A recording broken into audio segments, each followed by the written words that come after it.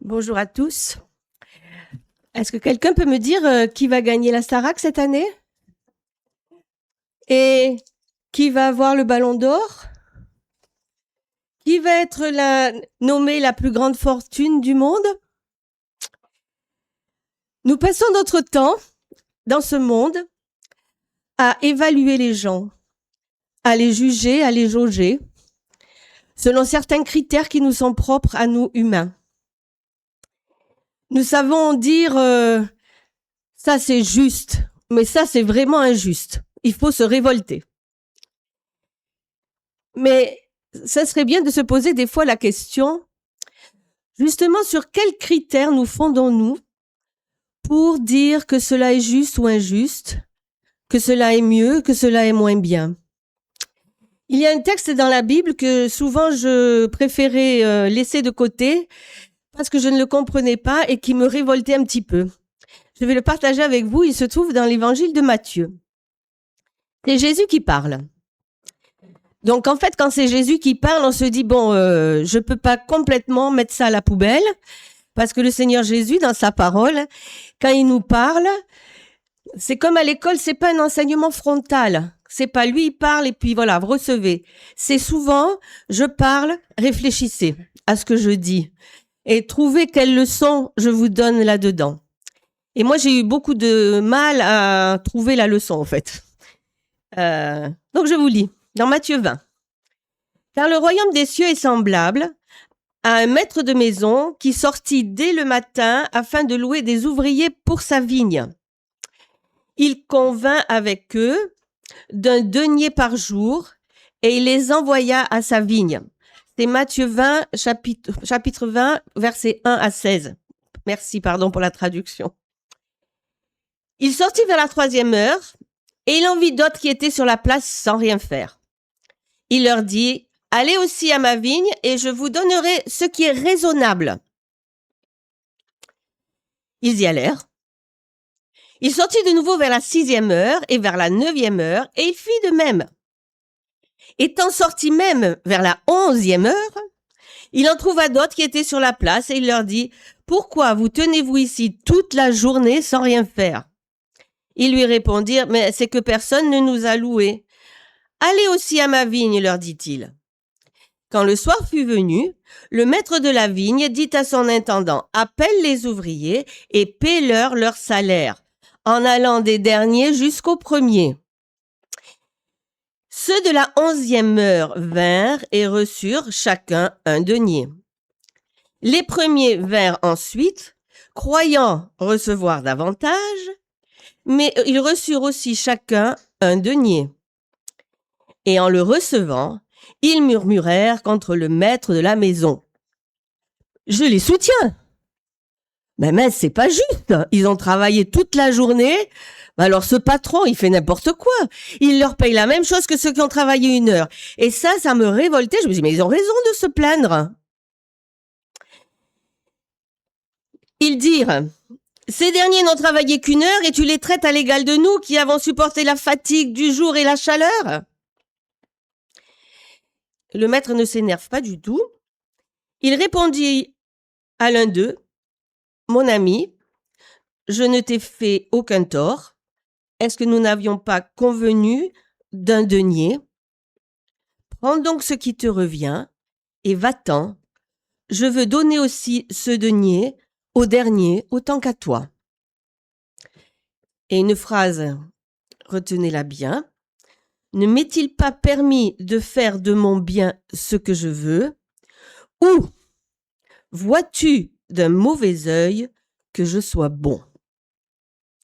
Ainsi, les derniers seront les premiers et les premiers seront les derniers. Alors là, cette phrase, vous l'entendez tout le temps, complètement sortie hors du contexte. Les gens dans le monde connaissent cette phrase.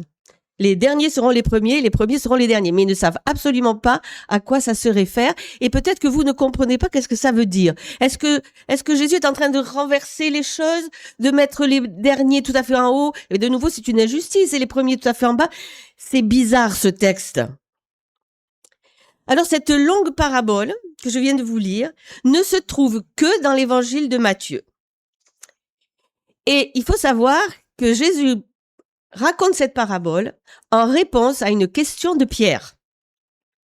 Pierre, dans Matthieu 19, juste à la fin du chapitre 19, voici ce qu'il demande à Jésus. Voici, nous avons tout quitté et nous t'avons suivi. Que se passera-t-il pour nous? Pierre voulait savoir, quelle récompense on va avoir, nous, d'avoir tout quitté, notre travail et tout, notre famille, pour te suivre? Qu'est-ce que tu as réservé pour ceux qui abandonnent tout pour te suivre? Et en réponse à cette question, Jésus raconte cette parabole. C'est très, très étrange, hein?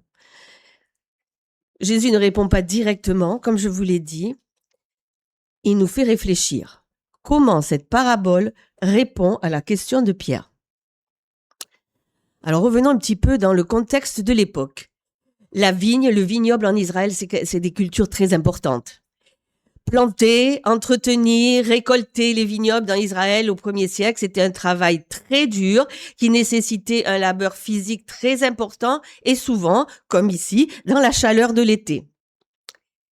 Souvent, le maître de la vigne employait des ouvriers supplémentaires parce que c'était nécessaire pour accomplir tout le travail. Le portrait du maître du vignoble est assez étonnant, ce maître-là, dans la parabole. Parce que Jésus ne met pas en avant le travail difficile des ouvriers dans la vigne. Combien il fait chaud, combien c'est dur. Non. Il ne parle pas des soins qu'il faut donner, ni des vendanges. Le personnage central de cette parabole, c'est le maître de la vigne.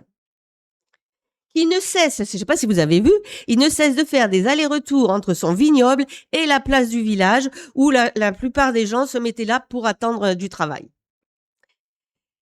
Cette place du village, dans l'Ancien Testament, c'est un lieu vraiment public où il se passe plein de choses. On va chercher un employeur, on va aussi faire des jugements entre les gens, comme dans Ruth. Ça se passe là, sur la place du village. Tout le monde est au courant de ce qui se passe. Et le propriétaire de cette vigne, il s'est rendu sur la place du marché dès la première heure de la journée, 6 heures du matin, pour trouver des ouvriers pour sa journée. Il leur a proposé un salaire, 1 denier pour la journée. Ce qu'ils ont accepté, on est bien d'accord. Ils n'ont pas dit « Oh non, c'est pas assez, on vient pas travailler pour ça ». Non, non, ils étaient tout contents d'aller travailler pour 1 denier. Il faut savoir que quand même, 1 denier, c'est un salaire très généreux à l'époque. Hein. C'était pas, il leur a pas donné 20 centimes pour la journée. Il leur a donné un bon salaire pour leur journée. Mais à chaque heure de la journée, il est reparti sur la place du village pour chercher d'autres employés. Pourtant, il ne dit pas qu'il lui manque de la main-d'œuvre. On ne dit pas qu'il est en manque.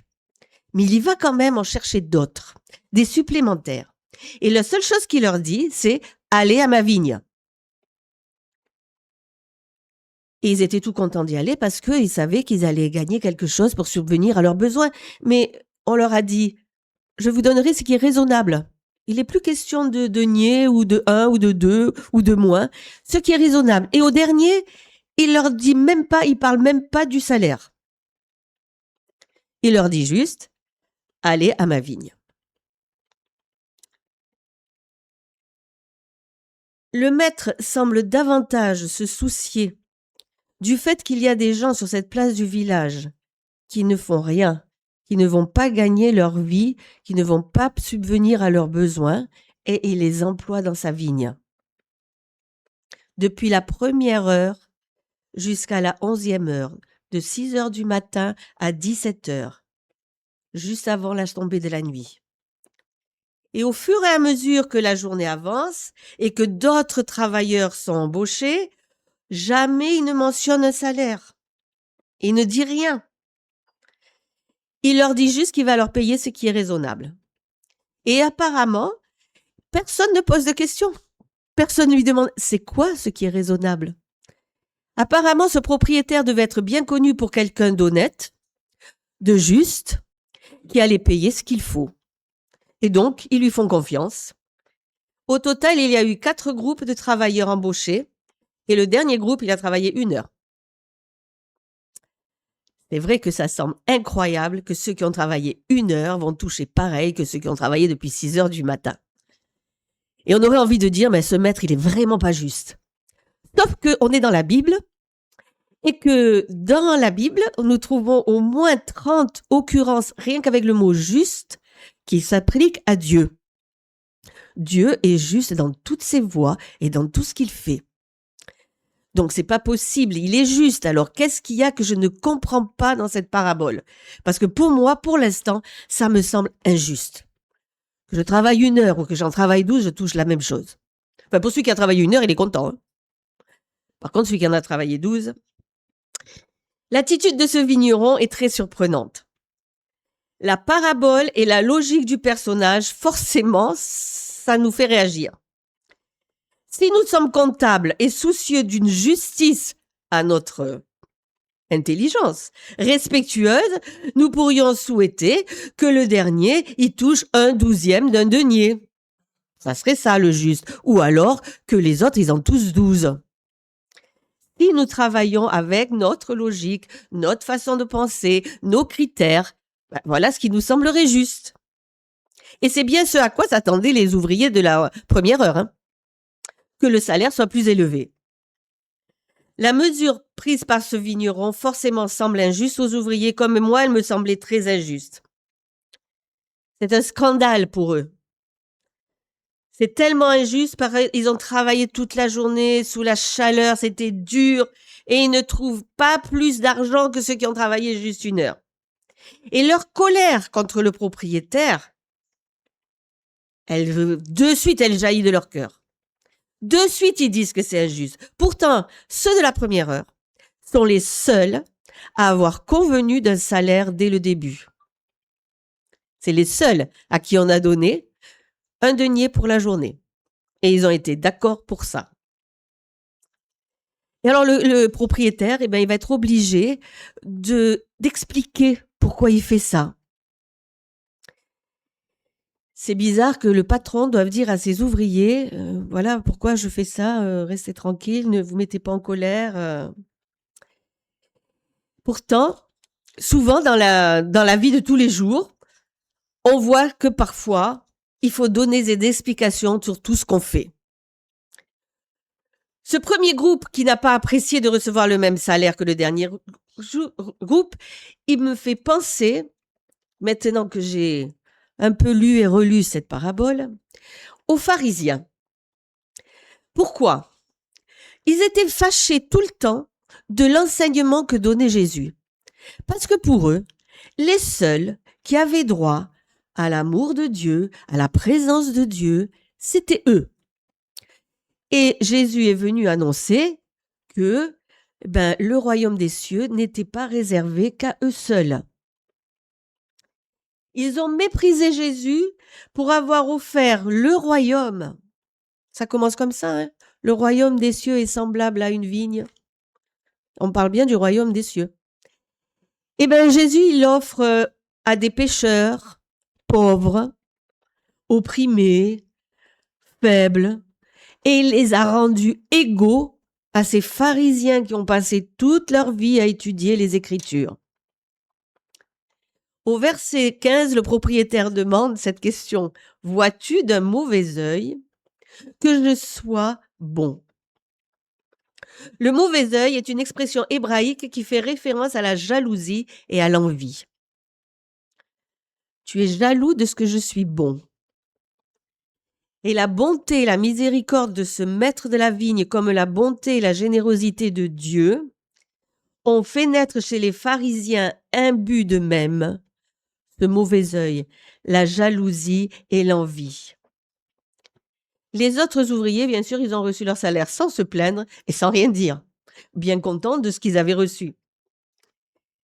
Nous pouvons souligner que lorsque nous attendons une récompense, tous ceux qui se battent, qui font des concours et qui veulent être le premier, eh bien, s'ils ne gagnent pas, ça peut faire naître dans leur cœur de l'envie et de la jalousie, même de la haine. Ces ouvriers, ils ont détesté les autres. Au regard d'un simple calcul humain, ils se sont sentis lésés. Ils ne veulent pas perdre. La logique de la rétribution est comptable. On a fait 12 heures, on a droit à 12 deniers. Donc, ça les pousse à demander plus. Mais Jésus nous dit, on est dans le royaume de Dieu.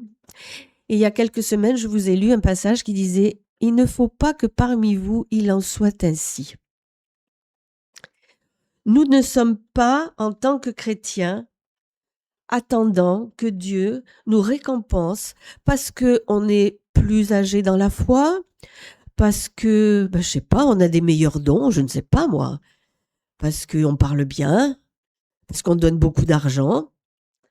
En tant que chrétiens, au contraire, nous devrions nous réjouir chaque fois que quelqu'un vient au Seigneur. Nous devrions nous réjouir chaque fois que d'autres se mettent au service du Seigneur. Il est fidèle. J'ai lu encore ce matin dans Corinthiens, le Seigneur n'est pas oublieux pour vous oublier le travail de vos mains. Il sait ce qu'on fait. Il nous demande juste arrêtez de vous comparer les uns les autres. La façon dont il va récompenser chacun d'entre nous, ça lui appartient complètement. Et ça ne devrait pas avoir d'importance pour nous. Et ça ne devrait pas nous affecter dans notre service. L'entrée dans le vignoble royal et divin n'est pas conditionnée par la qualité du travail accompli, mais juste par notre réponse à l'invitation « Venez travailler dans ma vigne ». La parabole que je viens de lire signifie que pour Dieu, les hommes ont tous la même valeur. Dans la parabole, c'était 1 denier, la valeur qu'il a donnée à tous ses ouvriers. À ses yeux, ceux qui ont rejoint le royaume tôt dans leur vie ou plus tard dans leur vie, eh bien, a la même valeur pour Dieu. Il les aime tous. La foi du croyant, alors, je parle à ceux qui sont plus anciens dans l'Église, la foi du croyant n'est pas rétribuée selon sa durée. C'est pas parce que vous êtes chrétien depuis 20 ans qu'aux yeux de Dieu, vous avez plus de valeur que le jeune personne qui vient de se convertir. Il est tellement heureux chaque fois qu'une personne accepte le salut qu'il offre, accepte de rentrer dans sa vigne. Il y a plus de joie dans le ciel pour un seul pécheur qui se repent. Alors oui, cette parabole répond à la question de Pierre. Pour avoir tout quitté, dès le début, dès la première heure, nous avons tout quitté pour te suivre. Quelle sera donc notre part?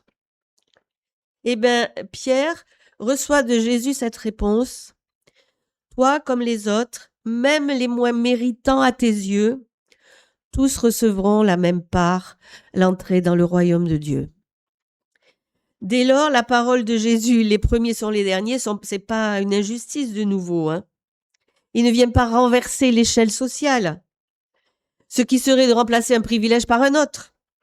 Chouette, je vais être le dernier pour être sûr d'être le premier. Ah non, c'est pas ça du tout. Elle vient renverser et mettre à terre notre échelle de valeur. Pour Dieu, qu'on soit les anciens croyants ou les jeunes croyants, devant Dieu, on est tous ses enfants. On reçoit tous son même amour. On a tous la même valeur. Les derniers seront les premiers les derniers, et que peu importe la durée ou l'intensité du travail d'un croyant autour de sa vie, la récompense de la vie éternelle est pour tous.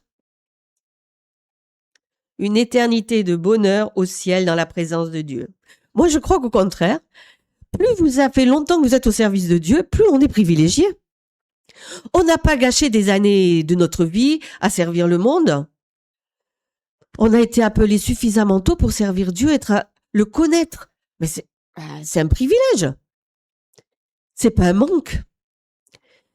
Donc, quelle joie. Ça fait si longtemps que je connais le Seigneur. Je suis au service de ce Dieu depuis tellement longtemps. Depuis le moment où j'ai confessé mon péché et j'ai dit Seigneur, sauve-moi, je vais dans ta vigne. Je rentre dans ton royaume. Eh bien, nous allons recevoir au niveau de la vie éternelle la même vie éternelle que l'apôtre Paul. Moi, ça me réjouit. Il y a 15 jours, Michael a eu le message et nous a lu les recommandations que Paul a transmises à Tite pour qu'il les dise à l'église.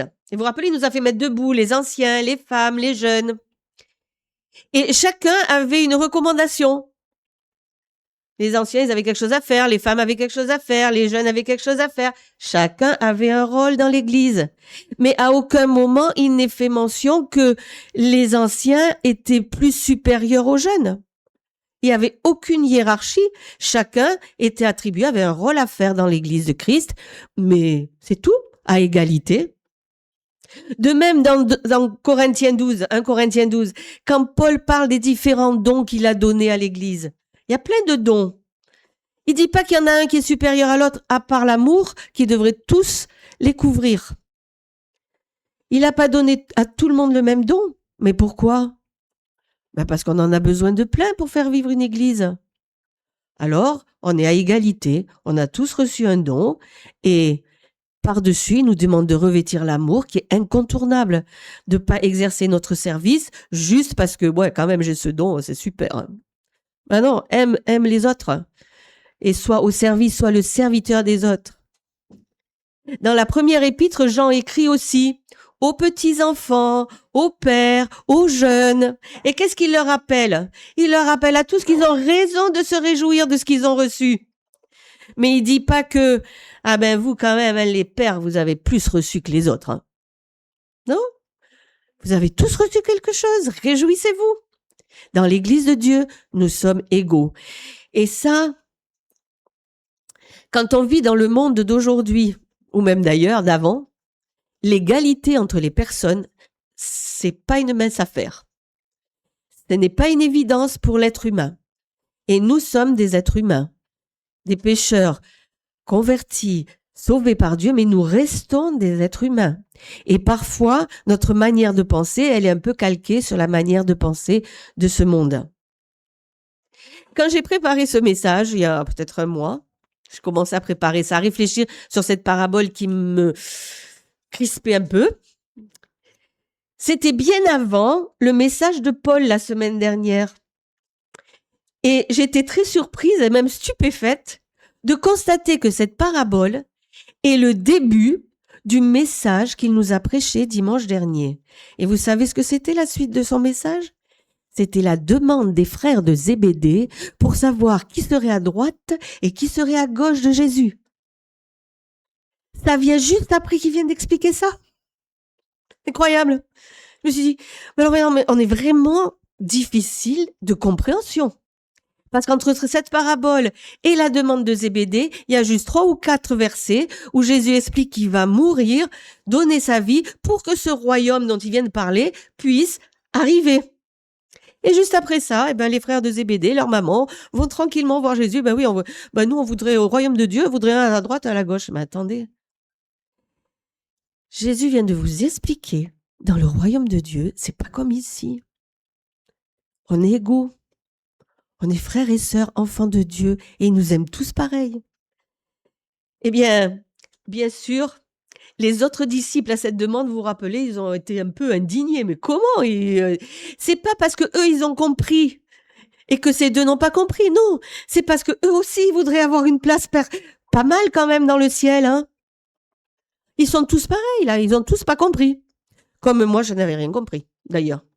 Donc je ne jette pas la pierre ni à Zébédée, ni aux frères Zébédée, ni aux autres apôtres. Parce que moi aussi j'ai ressenti la même injustice dans cette parabole. La même indignation face à ce propriétaire. Mais force est de croire que dans le royaume de Dieu, ça ne fonctionne pas comme ici. Il nous aime tous pareils, il nous donne tous la vie éternelle, sans oublier, alors là après il faut coller tout, sans oublier notre travail qui n'est pas vain dans le Seigneur. Ça lui appartient. Les récompenses qu'il voudra donner, s'il en donne, ça lui appartient, c'est pas à moi. Quand Jésus va reprendre ses explications pour les fils de Zébédée, il va encore montrer toute la différence entre le royaume de Dieu et ce qui se passe parmi les nations. Parmi les nations, vous essayez à dominer, à avoir le pouvoir, à être au-dessus de tout le monde. Ce n'est pas pareil dans le royaume de Dieu. Finalement, il va leur montrer l'incompatibilité entre deux modes de vie. La recherche du pouvoir et la reconnaissance de notre supériorité face à l'humilité au service.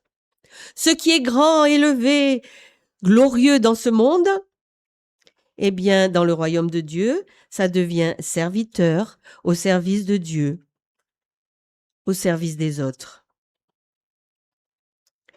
Et Jésus, entre les deux passages, il nous montre le chemin.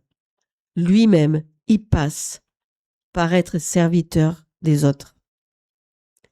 Et il nous demande de le suivre et de suivre son exemple. Et il nous montre le chemin. Et je sais qu'on est dur de cœur. Enfin, moi, je le suis, peut-être vous, non. Mais moi, j'ai du mal, des fois, à apprendre ces vérités parce qu'elles sont tellement contraires à notre manière de penser du monde.